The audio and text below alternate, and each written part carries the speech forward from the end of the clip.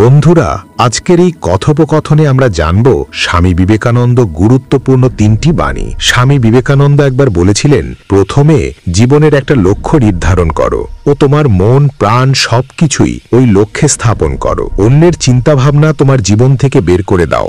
এটাই সফল হওয়ার মূল মন্ত্র। আমরা অনেকেই স্যার এপিজে আব্দুল কালামকে আমাদের জীবনের অনুপ্রেরণার মানুষ হিসেবে মানি। আপনারা জানেন কি তার অনুপ্রেরণার মানুষকে? জানলে সত্যিই আপনি অবাক হবেন। তিনি হলেন স্বামী বিবেকানন্দ।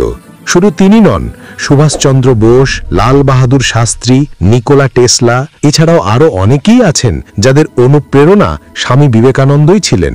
আজ আমি স্বামী বিবেকানন্দের তিনটি কাহিনী বলবো, যা আপনাদের জীবনে প্রতিটা মুহূর্তের সাথে জড়িয়ে আছে। প্রথম কাহিনী, একবার স্বামীজি নদী পার হবেন। তিনি নদীর পাড়ে দাঁড়িয়েছিলেন। তখন এক সাধু স্বামীজিকে দেখে বলল, আপনি কি স্বামী বিবেকানন্দ? স্বামীজি বলল, হ্যাঁ, আমি স্বামী বিবেকানন্দ। আবার সাধু স্বামীজিকে জিজ্ঞাসা করল, আপনি এখানে কি করছেন? স্বামীজি উত্তর দিলেন, নদী পার হব, নৌকার জন্য অপেক্ষা করছি। সাধু স্বামীজিকে বলল, আপনি এত বড় মানুষ এবং পৃথিবীর লোক আপনাকে প্রেরণা স্রোত ভাবে, আর আপনি নদী পার হতে পারছেন না। দেখুন, আমি আপনাকে নদী কিভাবে পার হতে হয় দেখাচ্ছি। তখন ওই সাধু নদীর জলের ওপর দিয়ে হেঁটে নদী পার হয়ে গেলেন এবং আবার নদীর জলের ওপর দিয়েই হেঁটে স্বামীজির কাছে এসে বলল, দেখো, আমার কাছে কত শক্তি, কত জ্ঞান, কত ট্যালেন্ট থাকা সত্ত্বেও আমাকে কেউ চেনে না, আর তোমার কাছে এগুলো কিছুই নেই, কিন্তু তোমাকে সবাই চেনে। তখন স্বামীজি হেসে উত্তর দিলেন এবং জিজ্ঞাসা করলেন, আপনার এই বিদ্যা শিখতে কত সময় লেগেছে? সাধু উত্তর দিল, 15 বছর। ওই সময় স্বামীজির নৌকা চলে এসেছে এবং স্বামীজি তাকে নৌকায় বসিয়ে নদী পার হলেন। নদী পার হওয়ার পর স্বামীজি তার পকেট থেকে 1 টাকা বের করে নৌকার মাঝিকে দিয়ে দিল। দুজনেরই 50 পয়সা করে 1 টাকা দিয়ে দিলেন। তখন স্বামীজি সাধুকে বললেন, যে কাজ তুমি 50 পয়সায় করতে পারতে, সেই কাজ করতে তোমার জীবনের 15 বছর লেগেছে। যদি এই 15 বছর তুমি সমাজের কাজে লাগাতে, তাহলে আজ তোমাকে সারা দুনিয়া জানতো ও চিনত। আর আমি এটাই করেছি, এই জন্য দুনিয়ার সকলে আমাকে চেনে, তোমাকে কেউ চেনে না। তারপর স্বামীজি সাধুকে বলল, তোমার মতো এমন অনেক মানুষই আছে যারা জীবনে দিন, মাস, সপ্তাহ এবং বছরের পর বছর এই কাজে সময় নষ্ট করে, যার কোনো মূল্য নেই। এর জন্য সময়কে এমনভাবে ব্যবহার করতে শেখো যেটা পরে খুব ভালো রেজাল্ট আসে, কেননা সময় ছাড়া এই পৃথিবী আর কিছুই মূল্যবান নয়। যদি সময় বরবাদ করো, তাহলে জীবনও বরবাদ হবে।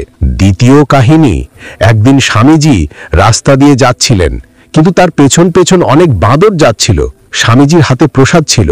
ওই বাঁদরের মধ্যে কয়েকটি বাঁদর স্বামীজির হাত থেকে প্রসাদ খাওয়ার জন্য লাফালাফি করছিল। স্বামীজি বাঁদরগুলো থেকে ছাড় পাওয়ার জন্য দৌড়াতে থাকে। বাঁদরগুলো স্বামীজির পেছন পেছন দৌড়াতে থাকে। তখন একটি লোক স্বামীজিকে বলল, ভয় পাবেন না, ওদের সামনে ঘুরে দাঁড়ান। আপনি যত ভয় পাবেন, ওরা ততই আপনাকে ভয় দেখাবে। তখন স্বামীজি পেছনে ঘুরে বাঁদরের দিকে তাকিয়ে জোরে চিৎকার করতে থাকে। কিছু সময় পরে সব বাঁদর সেখান থেকে দৌড়ে পালালো। ওই বাঁদরের মতোই আমাদের কিছু চিন্তা ভাবনা থাকে, আমরা ভয় পাই। যাদের আমরা ভয় পাই, আমরা যত ভয় পাবো ততই সেগুলো আমাদের ভয় দেখাবে। এজন্যই নেগেটিভ চিন্তা ভাবনাকে কখনো ভয় পাবেন না, তার সামনাসামনি হন। এই ভয়কে যতই ভয় পাবেন, ততই ভয় আপনাকে চেপে বসবে। এর ফলে আপনি কখনো আপনার লক্ষ্যে পৌঁছাতে পারবেন না। তৃতীয় কাহিনী, একদিন স্বামীজি এবং তার গুরু রামকৃষ্ণ পরমহংসদেব এক অনুষ্ঠান বাড়িতে যাচ্ছিলেন। রাস্তার ধারে এক ব্যক্তি দেখলেন পাথরের উপর কি একটা যেন খোদাই করছিলেন। রামকৃষ্ণদেব লোকটিকে জিজ্ঞাসা করলেন, তুমি পাথরের উপর কি তৈরি করবে? লোকটির উত্তর দিল, আমি এক রাজার মূর্তি তৈরি করছি। রামকৃষ্ণদেব তাকে জিজ্ঞাসা করলেন, তোমার কাছে কি এই রাজার কোনো ছবি আছে? লোকটি বলল, না, আমার কাছে রাজার কোনো ছবি নেই। রামকৃষ্ণদেব বললেন, তোমার কাছে তো কোনো ছবি নেই, তাহলে তুমি কি করে রাজার মূর্তি তৈরি করবে? তখন লোকটি উত্তর দিল, ঠিক, আমার কাছে রাজার কোনো ছবি নেই, কিন্তু রাজার প্রতিকৃতি আমার মাথায় আছে। কিছু সময়ের মধ্যেই লোকটি রাজার মূর্তি তৈরি করল। স্বামীজি এই মূর্তি তৈরি করা দাঁড়িয়ে দাঁড়িয়ে দেখলেন ও স্বামীজি তার জীবনের উত্তর পেয়ে গেলেন। যদি কোনো ব্যক্তি তার জীবনে কোনো কিছু অর্জন করতে চায়, তাহলে সেটা তার মন, মস্তিষ্ক ও জীবনের সাথে জড়িয়ে নিতে হবে। একদিন এক ভিখারি রাস্তার পাশে বসে ভিক্ষা করছিল। ভিখারি স্যুট বুট পরা এক ভদ্রলোকের কাছে ভিক্ষা চায়। ভদ্রলোক ভিখারিকে বলল, খেটে খেতে পারো না? আর তোমার কোনো ছেলে মেয়ে নেই যারা তোমাকে খেতে দিতে পারে? ভিখারি ভদ্রলোককে বলল, বাবু, আমার এই 80 বছর বয়সে কি কাজ করব? এছাড়াও আমার ছেলে একজন ম্যাজিস্ট্রেট এবং বৌমা বড় স্কুলের শিক্ষিকা।